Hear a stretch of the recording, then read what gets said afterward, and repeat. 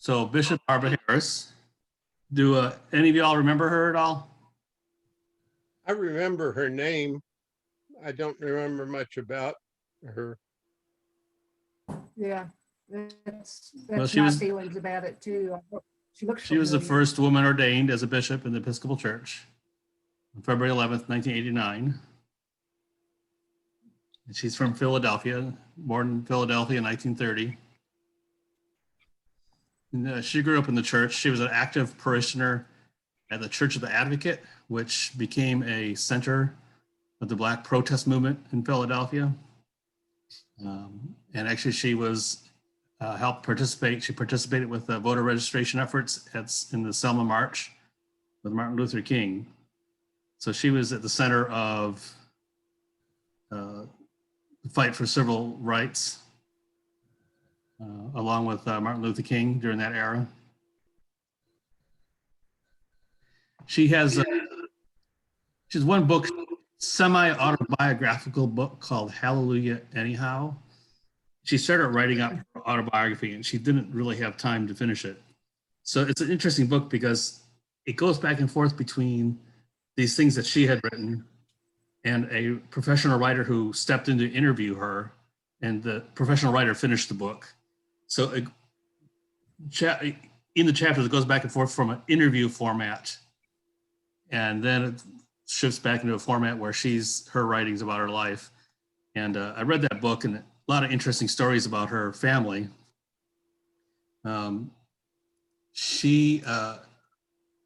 Her great-grandmother, who went by Sem, which was short for, I forget what it was short for actually, but she was known as Grandma Sem. Sem was born into slavery, and she had lived into her hundreds. And Barbara was 8 when she died, so she remembered this great-grandmother, who apparently was quite a character, who was a slave in childhood. Her great-grandmother, Sem, has a story about meeting General Grant. Wow. And Grandma Sem was 12 years old. And General Grant came onto the plantation, asked for a drink of water. And she pumped a dipper of water for him. He rinsed it out, threw it aside, and asked her to pump another one. And Sem says, well, you didn't need to rinse that out. It was clean. And Grant replied, people around here have been trying to poison people like us. I've been in the South fighting for little boys like you. And so that was her great-grandmother had worn her hair very short, just like Barbara does. And says, I don't need nobody to fight for me. I can fight for myself, and I'm not a little boy. So she was quite feisty. She had a feisty personality, and Barbara says that she often thinks she took after her great-grandmother. And that was while she was still a slave, and to talk that way to, a white General, yeah, right. Any white person, especially someone of great authority like a general. Yeah. So that just give you a feeling for how feisty she was. Yes. Well, she was 12. Right. Actually, there are a lot of stories about her in her book, about her being feisty like that into adulthood. And and the story about her father had a restaurant where they served deviled crabs and hard-shelled crabs, but really it was just a front for a gambling joint in the back. And her father had taught her how to tap dance and do the Charleston. And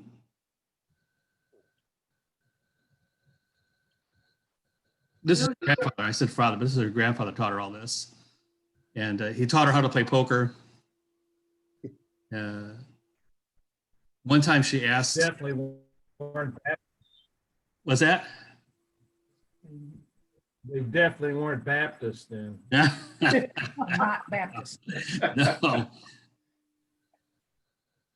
She tells a story about one time she asked her grandfather for a penny. And that's what, and he gave her one. And she said about, is that all you're going to give me? And he says, if you wanted a nickel, you should have asked for a dime. If nothing's what you asked for, nothing's what you get. That had an impact on her in terms of being bold for asking for things. So he died. He had a series of heart attacks and strokes and died when she was 29.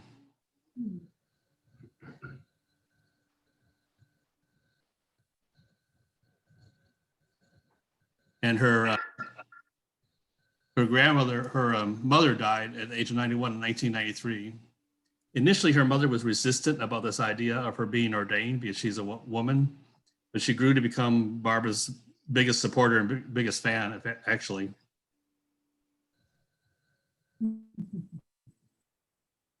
So there's also some stories in the book about her encounters with racism, actually quite a few stories about it. She had some, I mean, you grow up black in the 60s in America, you're going to be a victim of racism as you are now, you know. There's a story about her, she couldn't be on the swimming team because the swim team practiced in the Midtown YWCA and black people were not allowed to swim there. Another story is when there was a black girl who was elected to the student council. So it was announced the election would be held over again, and then she wasn't elected another time.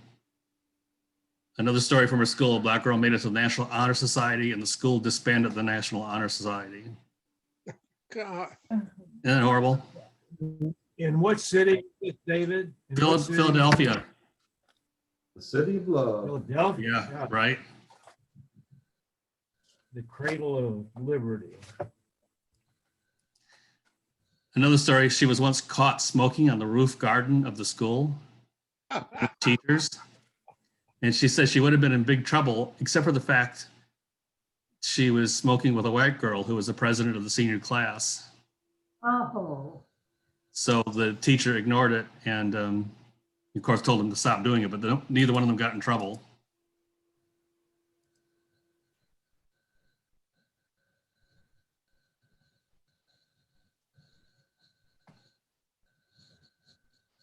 So Barbara's career path. So she graduated from college and there was this man named Joseph V. Baker who she had previously dated his son.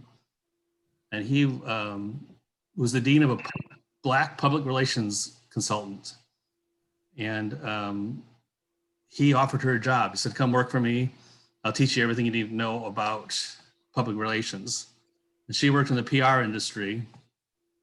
And the company that she worked for had some pretty big name corporations, you know, RCA, Associated American Railroads, U.S. Steel Corporation, Procter & Gamble, DuPont. These were all clients of hers. And she worked at that job for 20 years. And actually, when she left the job, she was the president of the company. wow. And she left in 1968 to work for Sunoco. Sunoco had sought her out and recruited her. They wanted her to run up their PR for in terms of communicating with the black communities.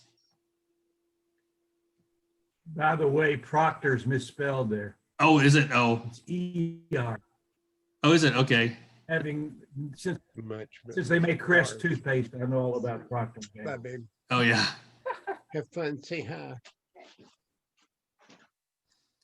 So she worked for her own PR firm for 20 years. She left that to work for Sunoco. She worked for Sunoco for 12 years, and she left Sunoco to join the priesthood. So she had a full 30-year career, 32-year career in PR, public relations, before leaving for the priesthood. So in 1974, she was a cross bearer in the ordination procession of the Philadelphia 11. And that's a picture of her there being the cross bearer. The Philadelphia 11 were 11 women that got ordained. And it was pretty earth-breaking at the time. It was, ordination of women was still fairly new.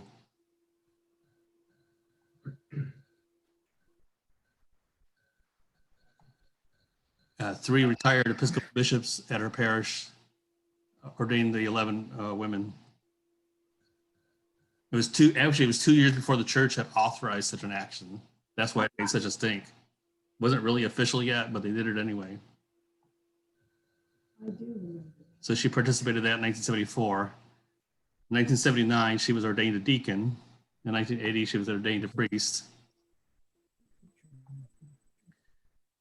She was the priest in charge of St. Augustine of Hippo in Norristown, Pennsylvania from 1980 to 1984. And she was a chaplain to the Philadelphia County Prisons and counsel to industrial corporations for public policy.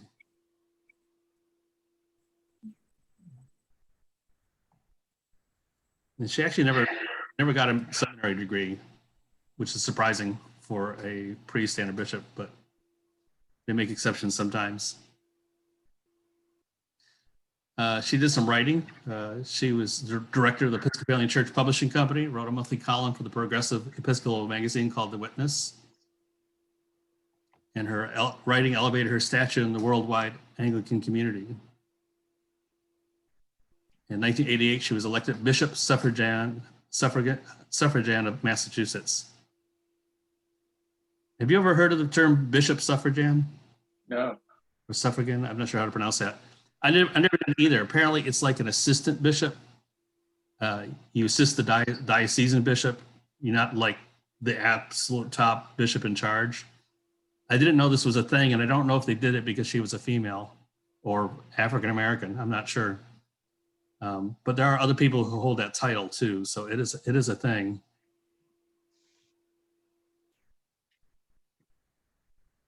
But her election to that position was still controversial because, you know, she's female and she's African American. And actually, when she went to their consecration to be a bishop, she had to wear a bulletproof vest because of the threats against her. This is all in the north. This is just unbelievable. Yeah, Oh, yeah. Well, Philadelphia. Just because we didn't have slavery in the North, we still had racism. I know, right? Yeah, and Massachusetts is a fairly liberal state, and it was still a problem. Of course, it wasn't all from the local people. You know, the threats came from all over the place. Well, she had 2 strikes. She was black and she was a woman. So Right. Yeah. And she was sworn in as a bishop with a congregation of 8,000 people at Boston Signs Auditorium. Hey, And became the first woman ordained as a bishop in the worldwide Anglican Communion. good for her. Yep.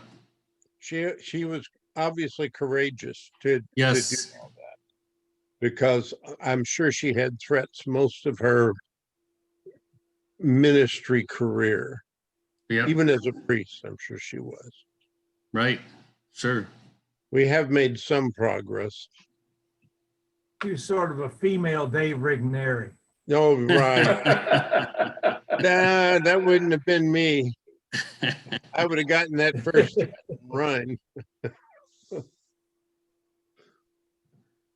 And she retired in 2002, but she kept, you know, just like we were saying earlier, these bishops and priests, they don't ever really retire fully. She retired, quote unquote, from her bishop position, but she continued to write and work with communities. And in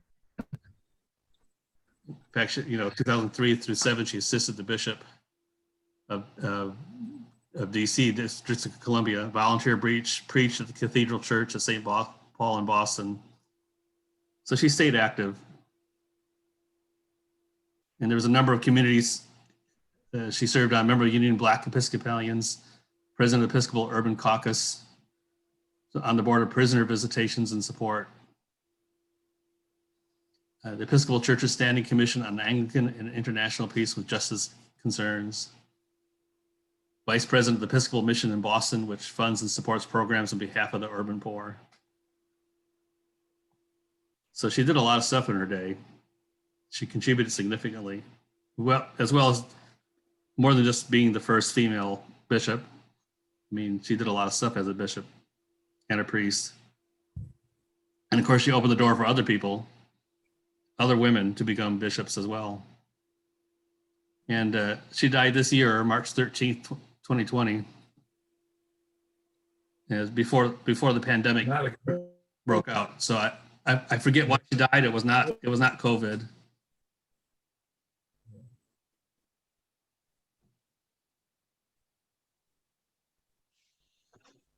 She was pretty old.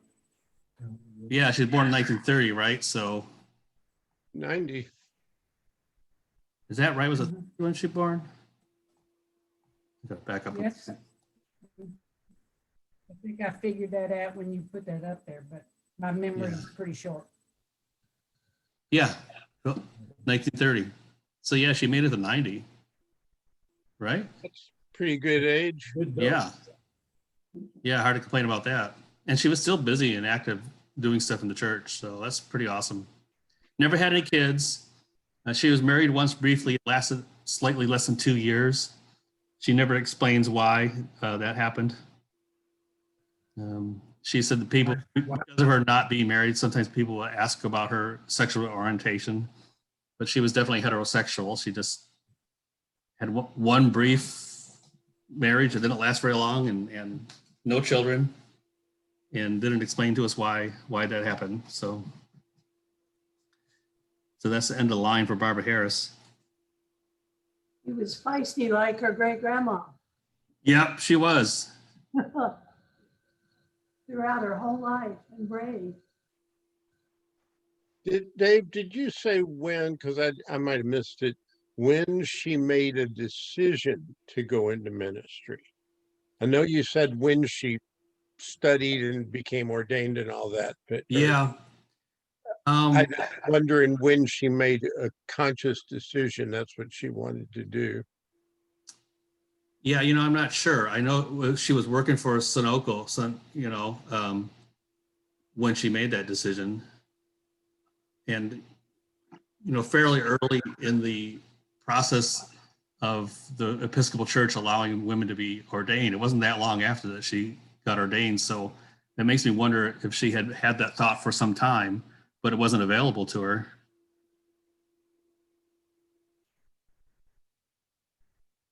You said she didn't get a seminary degree. I mean, the ordination, to be ordained, do you just have to take some courses, It's- church courses? How does that work? And I'm not sure how it's normally required to have a master's of divinity or a master's of some sort of theological, seminary degree to be a priest.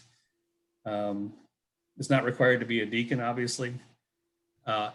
I know there have been times when people have had exceptions made to requiring the MDiv, but I think it's pretty rare when they make an exception. So I don't know why or how they did it for her case. A little side story that goes back to our college years in the 60s. We had a campus ministry, and we had an Episcopal priest assigned to this group. And this gentleman was, well, for college kids, we thought he was rather old, but he couldn't have been much more than 45. 45 or 50, but had had a very successful business career in banking, and decided to leave the corporate world and enter the ministry. And it was explained to us at that time that the Episcopal Church was especially friendly to mid-careerists who decided to enter ministries. And for those considering religious work, was the denomination most receptive to people with that type of background, and wove them into the hierarchy of the church in a variety of capacities, drawing upon that business experience as well as their religious commitment. Interesting. Pretty shrewd move, actually. And when you Yeah, look at Barbara Harris, her corporate background, particularly in public relations there, that for within the church hierarchy, that was really part of the job description. And It sure is. Yeah. As a bishop. Yeah. skills and connections. I'm sure she asked those corporate clients for more than a penny. Yeah, yeah. Yeah. Well, it's interesting you bring that up, Nelson, because several of the bishops we talked about already had other careers. You know, Welby had a big career in the oil industry, and Desmond Tutu was a teacher, and it seems to be a recurring theme, at least in the bishops we're talking about, where they had other careers, pretty successful careers too, before going into the ministry.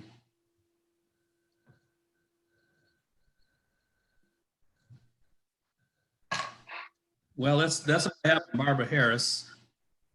It's a little shorter than normal because I had a hard time finding much on her.